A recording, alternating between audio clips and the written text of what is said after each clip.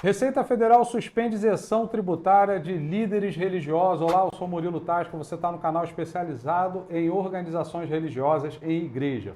Esse vídeo é para você, pastor, é para você, líder religioso, que ontem viu nas mídias um escarcéu sobre esse assunto, sobre esse tema. Infelizmente, por falta de conhecimento, muitos especialistas em vários canais de notícia noticiaram de forma errada, noticiaram o que verdadeiramente não é. Então, nós precisamos trazer à luz da verdade o que de fato é, o que realmente a Receita suspendeu, porque hoje de manhã meu telefone não parou de tocar. Lideranças, pastores de todo o Brasil me ligando, querendo saber, Murilo, o que está acontecendo? Primeira coisa que eu preciso acalmar o coração de vocês, nada mudou. Calma que a gente vai entender. Eu preciso que você fique comigo até o final. Por quê? Você vai saber sobre o que vamos falar nesse vídeo. IRPF dos sacerdotes, perdão bilionário das igrejas, contribuição patronal dos sacerdotes, diferença de prebenda e salário, contribuição social sobre o lucro líquido, CSLL das igrejas. E por fim, a minha opinião. Primeiro, nós precisamos desfazer a fake news. Muitas das vezes, fake news não é uma mentira, é uma verdade contada de forma errada. E foi o que aconteceu. Eu acredito que por falta de conhecimento foi contado de forma errada, o que de fato é o que a gente vai falar aqui nos itens a seguir. Então, a primeira coisa que nós precisamos entender, o que é fake news? O próprio Satanás, quando foi tentar Jesus, ele usou de fake news. Ele não faltou com a verdade, mas colocou de uma forma errada. Então é isso que muitas das vezes acontece. Nós precisamos entender para que a opinião pública fique calma. E não é bem isso que estão falando, estão generalizando, fazendo tanta coisa que não é verdade. Fica comigo que a gente vai entender mais sobre isso. Primeiro ponto, o sacerdote, o pastor, ele sempre foi contribuinte individual, ele é e sempre vai ser. Não tem o que se falar nisso. Para fins previdenciários, todo sacerdote, todo pastor, ele recolhe, a obrigação é dele. A fonte pagadora, que é uma organização religiosa, ela retém o IRPF, ela retém o imposto de renda. Como ele é contribuinte, como qualquer outro contribuinte brasileiro, o imposto de renda é a fonte pagadora e informa através do e-social. Já o INSS não é responsabilidade da igreja, não é responsabilidade da organização religiosa. É obrigação do sacerdote, é obrigação do pastor de fazer o recolhimento. E através do COCIT de 2020, veio a seguinte informação, que o pastor ele pode recolher da forma que ele achar melhor, respeitando o teto mínimo de um salário e o teto máximo atual vigente daquele ano. Dessa forma, ele está em dia com o INSS. Ele não pode deixar de recolher, porque ele é contribuinte obrigatório do INSS. A questão do CSLL, da Contribuição Social sobre o Lucro Líquido das igrejas, isso é uma outra coisa que a gente precisa desfazer, porque a igreja, de acordo com o artigo 150 da Constituição Federal, é vedado, não se pode cobrar imposto de templos religiosos, de organizações religiosas, não se cobra imposto. O que é uma confusão muito grande é que o tributo ele é dividido em 5 etapas. Nós temos imposto, contribuições obrigatórias, taxa e empréstimo compulsório. A igreja ela está imune do imposto. Ela não tem imunidade, ela é obrigada a recolher as contribuições obrigatórias, as taxas e o empréstimo compulsório. O que seria a contribuição? Ao INSS, por exemplo, a contribuição obrigatória, o INSS, porque ele já tem um direcionamento. A contribuição, ela já tem um direcionamento certo. Então vai se recolher aquela contribuição para fins previdenciários. A taxa, por exemplo, a igreja ela usufrui da iluminação naquele local. Então é cobrada a taxa da igreja, mas o imposto não. Porque o imposto é o que demonstra que o governo, o Estado, está sobre os demais, sendo que a igreja está ao lado do Estado e não embaixo do Estado. Porque o Estado cuidando do material, cuidando das pessoas, e as organizações religiosas cuidando do espiritual. Mas e aí, Murilo, como é que fica essa questão? Nós vamos falar mais abaixo, Mas nós precisamos entender o seguinte, a igreja ela precisa se comportar como igreja. Qual é o objetivo de uma igreja? Se a empresa está se comportando como uma empresa, ela vai ser cobrada como uma empresa. E isso é o primeiro entendimento. Então, pastor, líderes, se você está com dúvida se no seu dia a dia o comportamento da sua igreja está como uma igreja, procure-nos. Nós vamos analisar, nós vamos bater um papo, conversar e tirar essa dúvida que pode estar deixando o seu coração com falta de paz. Porque há necessidade desse entendimento, onde igreja precisa se comportar como igreja. E qual é a função da igreja? É o ID, é levar aquilo em que ela acredita, aquilo em que aquela organização religiosa ela acredita. Ela vai fazer o ID. É claro que nós sabemos que existe em qualquer atividade, em qualquer meio, em qualquer ramo, pilantragem, não tenha dúvida disso. No meio das igrejas, no meio de qualquer outro ramo de atividade, do segundo setor, do terceiro setor, sempre vai existir. Mas aí eu quero te fazer uma pergunta. Você achou carrapato no cavalo, você mata o cavalo? Então é isso que estão querendo fazer, porque achou uma pessoa, outra pessoa desvirtuando aquela atividade, aquele ramo. Então nós vamos acabar com aquele ramo, com aquela atividade? Muito cuidado. A mídia falou ontem o dia inteiro sobre separar o joio do trigo. Eu queria pedir que a mídia lesse um pouquinho mais a Bíblia, porque só quem tem essa autoridade é Deus. Ele é quem vai separar o joio do trigo. Por quê? Eles vão levantar alguém para fazer essa separação? Eles vão levantar alguém para que possa tirar o joio do trigo? Então, hoje nós vamos fiscalizar os loucos. Ok, mas se amanhã acharem que você é o louco? Então, nós temos que ter muito cuidado sobre isso, porque hoje nós estamos vendo um segmento, nós estamos vendo um ramo, uma atividade, e ali estamos indo querendo cancelar, querendo resolver, mas amanhã será que não pode ser você?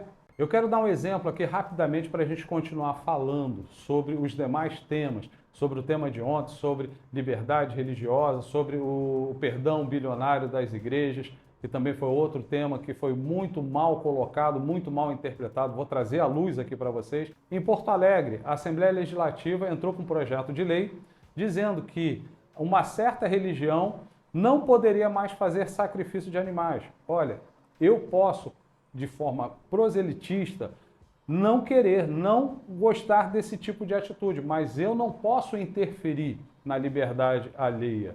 E 2 advogados, pastores, entraram a favor dessa religião.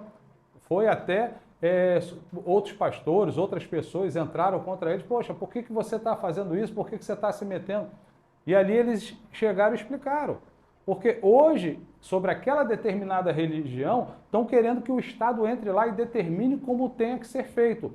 Amanhã vão entrar na sua igreja e dizer como é que você tem que servir a sua Santa Ceia.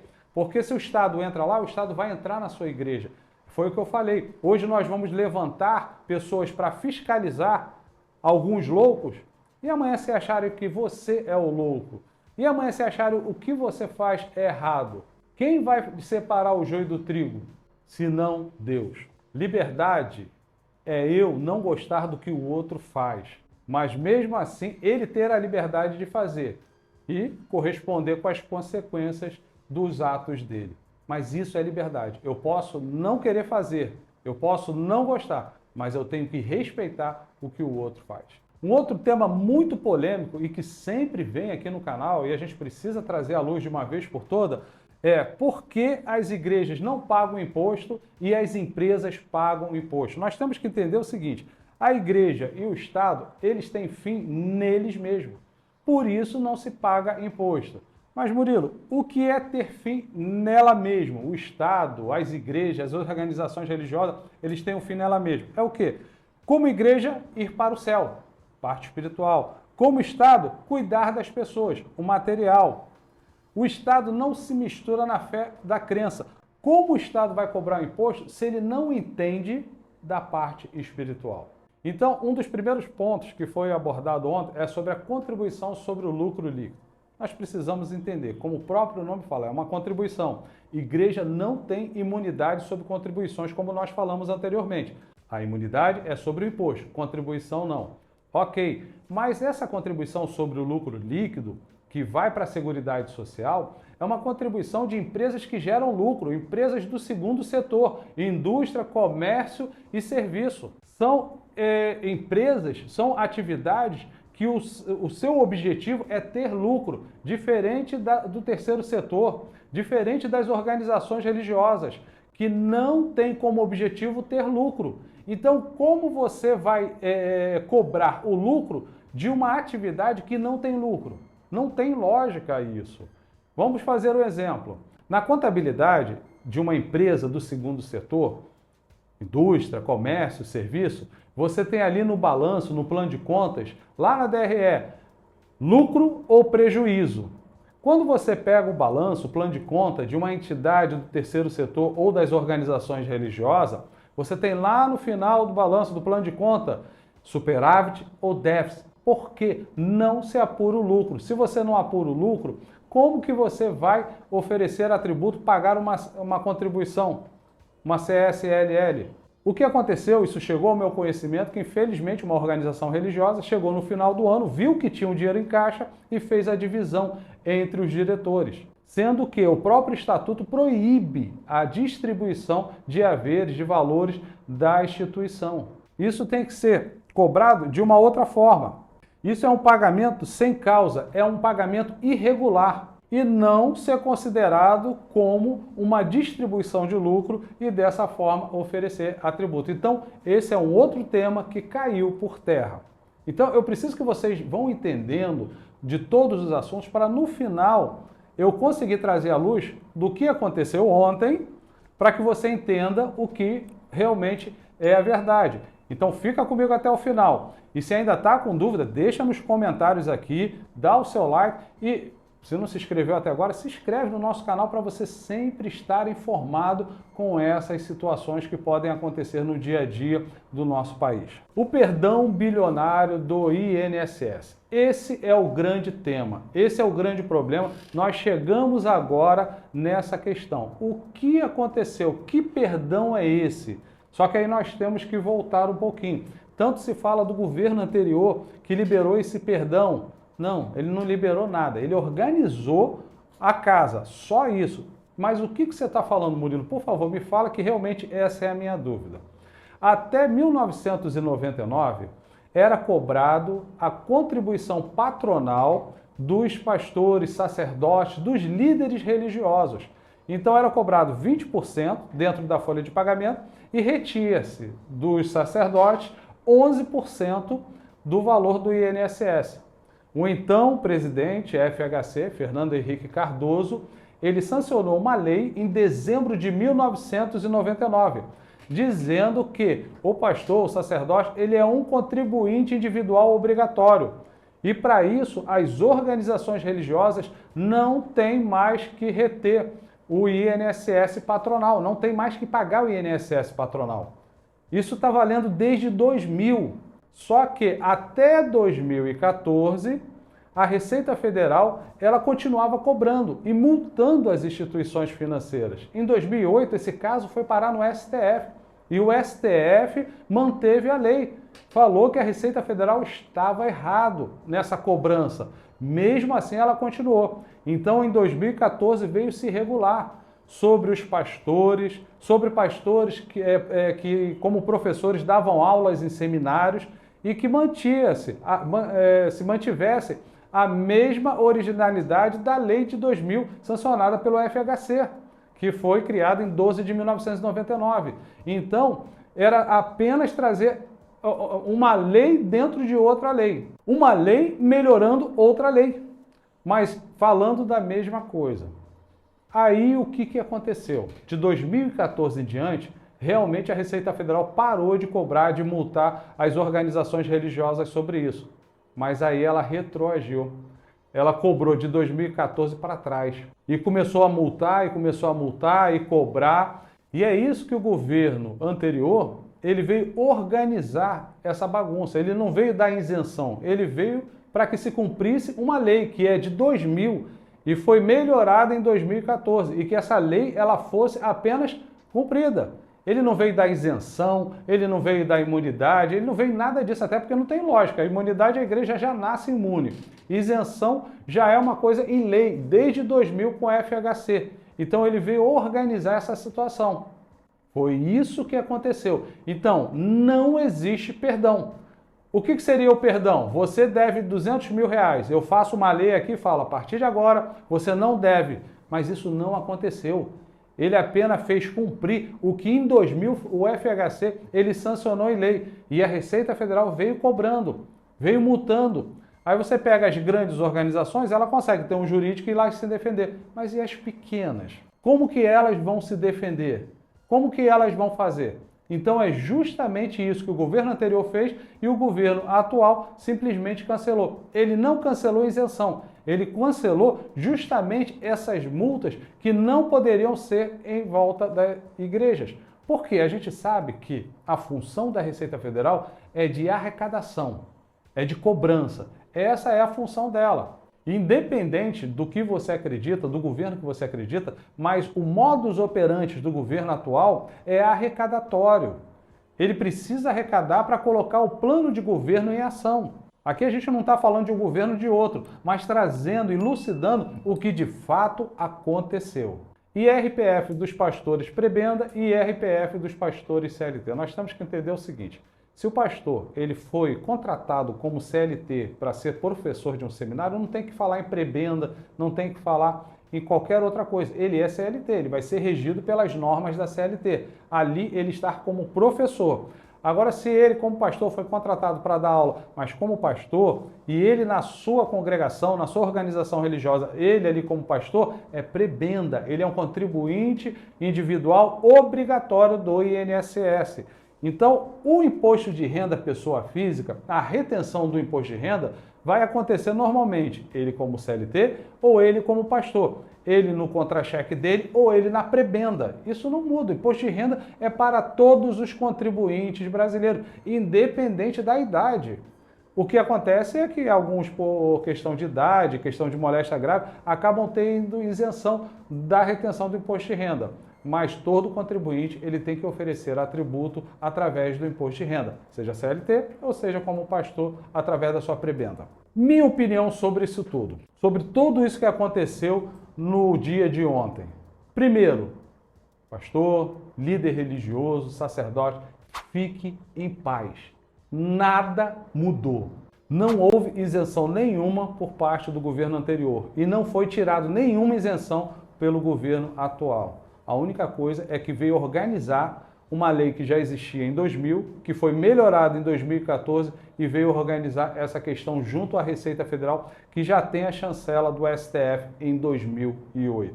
O que eu não quero acreditar é que isso tudo tenha sido orquestrado para manchar as igrejas, para manchar as lideranças religiosas no Brasil, que no seu todo tem um papel muito importante dentro da sociedade. Eu repito, vou repetir quantas vezes necessário for. A liberdade religiosa é o termômetro de uma democracia. Pegue no mundo. Todos os países onde a liberdade religiosa ela é respeitada ao extremo, são países com uma democracia forte. Isso aí você pode olhar em qualquer lugar, em qualquer país.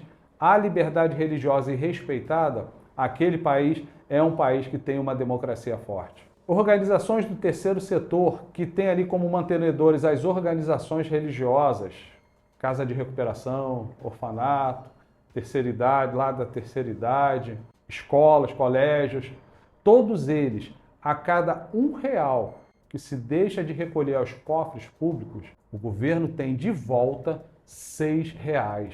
É isso mesmo.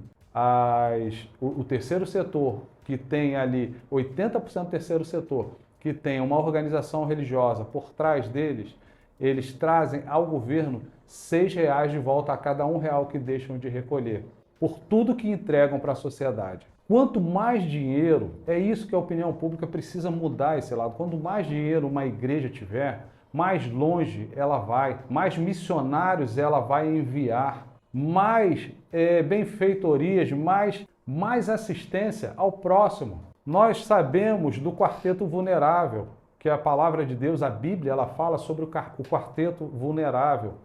E esse quarteto vulnerável, ele não está na atividade fim de uma organização religiosa, que a atividade fim de uma organização religiosa é o ID, é levar a palavra.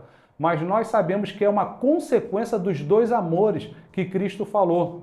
Amar a Deus de todo o coração e amar o próximo como a si mesmo. Um outro erro crasso que, infelizmente, a mídia, por falta de conhecimento, não sabe. Gente, a cada 1000 igrejas no Brasil, apenas uma igreja é grande. O que nós temos de igreja de bairro, que faz o social no dia a dia, de pessoas de rua, com sopão, levando alimento, levando roupa, levando um abraço, um carinho, uma palavra, tirando da rua, tirando das drogas, encaminhando para algum lar. Gente, o trabalho das igrejas é um trabalho incrível, é um trabalho maravilhoso e não pode ser manchado por uma situação, por falta de conhecimento de algum segmento. A liberdade religiosa é como um vaso chinês. Sabe aquele vaso único, aquele vaso raro, que não existe outro? Se você deixar quebrar, você pode até colar, mas nunca mais vai ser igual. Então, a você que está aqui até agora comigo, entenda isso. Temos que brigar pela liberdade religiosa no Brasil. A liberdade religiosa ela está aí para que a gente possa usá-la da melhor forma possível. Foi o que eu falei no início do vídeo. Não é porque um cavalo tem carrapatos que nós vamos matar o cavalo. Isso não tem lógica. Uma outra coisa que eu preciso falar com vocês, você, líder, pastor, que chegou até agora, procure uma contabilidade especializada em igrejas. Se você sente uma dor no coração e corre para o hospital, tem um médico cardiologista e um médico ortopedista. É claro que você vai no médico cardiologista. Mas o médico ortopedista não é médico? Sim, mas ele não é especializado na parte do peito, na parte do coração. A mesma coisa é a sua igreja. Você não pode, não que aquele contador ele não tenha um conhecimento, mas o conhecimento dele, de repente, é numa indústria, é num comércio, é no terceiro setor, não é em organizações religiosas. Outra coisa, cuide ordenadamente do seu financeiro. Igreja organizada é igreja protegida. E tudo começa pelo financeiro. Se você mistura as contas dos líderes, se você mistura outras contas, se você não faz uma contabilidade clara, se você não faz a conciliação financeira da tesouraria versus banco, como que você vai ter uma contabilidade clara, uma contabilidade objetiva, uma contabilidade para organizações religiosas? Afinal, igreja organizada é igreja protegida. Que Deus abençoe a todos vocês. Que Deus abençoe o nosso Brasil e esse momento tão sensível que nós estamos passando. Deus abençoe vocês. Paz.